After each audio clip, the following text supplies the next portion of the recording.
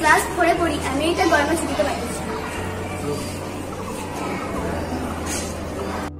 আমার নাম পঞ্চতে, আমি ক্লাস 4 পড়ি।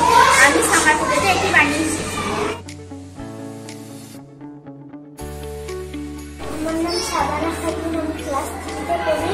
এটা গরমের ছুটিতে বানিয়েছি। আমি ক্লাস 2 পড়ি। এটা আমার সামার পুজো।